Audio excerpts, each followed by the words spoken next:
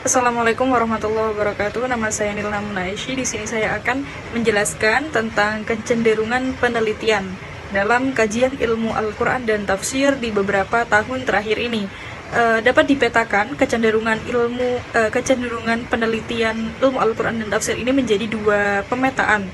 Yang pertama adalah term atau kajiannya tentang living Al-Quran. Nah, living Al-Quran ini meliputi kajian fenomena Al-Quran dalam masyarakat, sosial masyarakat bersama Al-Quran, serta tradisi masyarakat yang berkenaan dalam Al-Quran. Sebut saja kita contoh seperti perayaan haul atau perayaan bukan perayaan tapi lebih ke rutinan khatmil Al-Quran dan lain sebagainya, di mana tradisi-tradisi menyemarakkan suara-suara kebaikan atau biasanya diisi dengan pengajian-pengajian dan semaan Al-Quran. Itu bagaimana konteksnya, bagaimana final akhir keputusan suatu penelitian, maka dapat ditarik kesimpulan bahwa living Al-Quran ini meliputi banyak tradisi kemasyarakatan yang dikaji.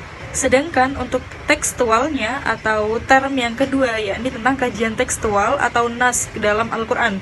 Kajian tekstual ini yakni kajian yang menjadikan lafaz-lafaz atau ayat-ayatnya sebagai objek kajian. Dalam hal ini bisa kita katakan seperti pencorak penafsiran, kemudian pendalaman fokus bahasan, kemudian sastra Al-Quran, semua bagian-bagian tentang kajian lafaz dan ayat.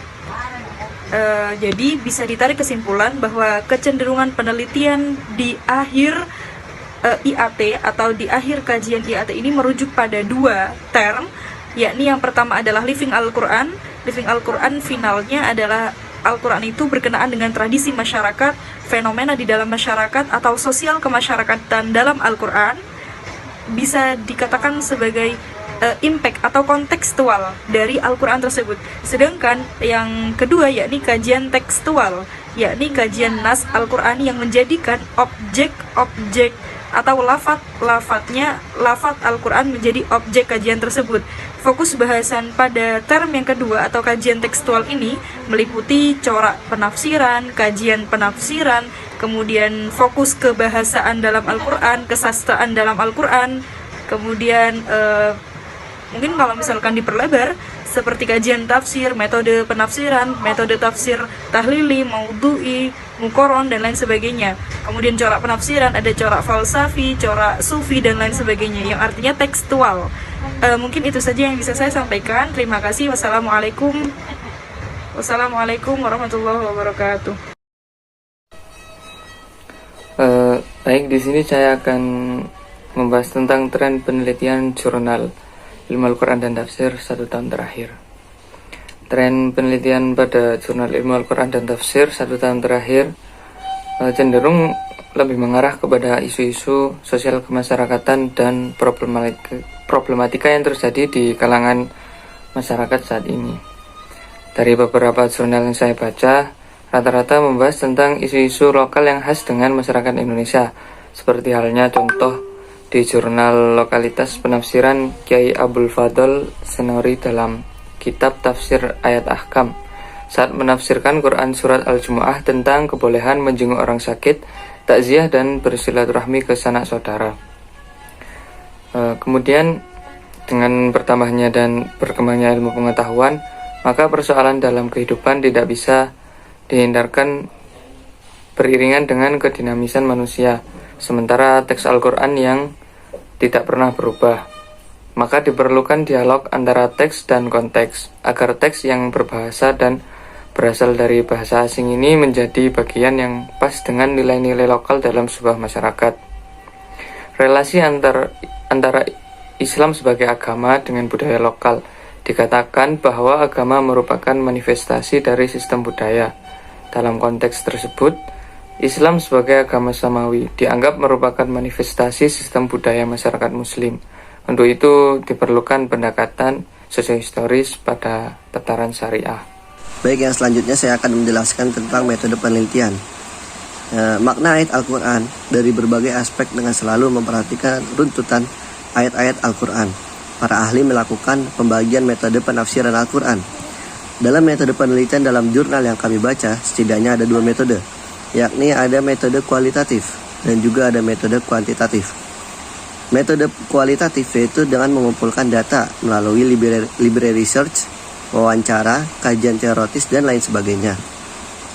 Lalu ada metode kuantitatif, yaitu ada survei kuesioner, ada teknik dokumentasi, wawancara, observasi, dan lain-lainnya. Dari 146 jurnal dan skripsi yang kami baca dari platform jurusan IAIN Syekh Nurjati terdapat terdapat pembagian berikut, yaitu tema jurnal Living Quran, tradisi, gejala sosial masyarakat dan Al-Quran, fenomena umat dan Al-Quran. Tema jurnal ini memiliki metode kualitatif, yaitu kurang lebih ada 50 jurnal menggunakan metode kualitatif pada topik ini. Lalu metode kuantitatif, yaitu ada 5 jurnal menggunakan metode kuantitatif pada topik ini. Lalu tema jurnal selanjutnya itu ada kajian teks Al-Quran, yaitu penafsiran makna lafaz dan ayat, balaghah Al-Quran.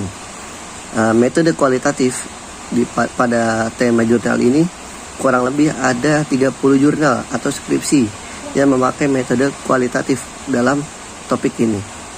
Lalu metode kuantitatif pada jurnal ini ada 10 metode yang menggunakan metode kuantitatif pada topik ini. Mungkin sekian dari saya, akan dilanjutkan oleh presentator selanjutnya. Terima kasih. Baik, selanjutnya adalah bahasan tentang materi analisis penelitian.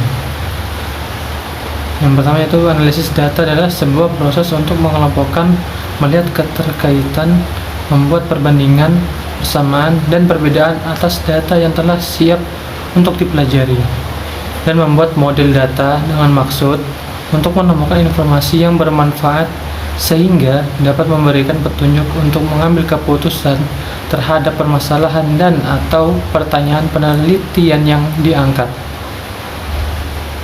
Selanjutnya yaitu teknik analisis data yang digunakan oleh para penulis artikel di Prodi Ilmu Al-Quran dan Tafsir setahun terakhir ini adalah deskriptif kualitatif.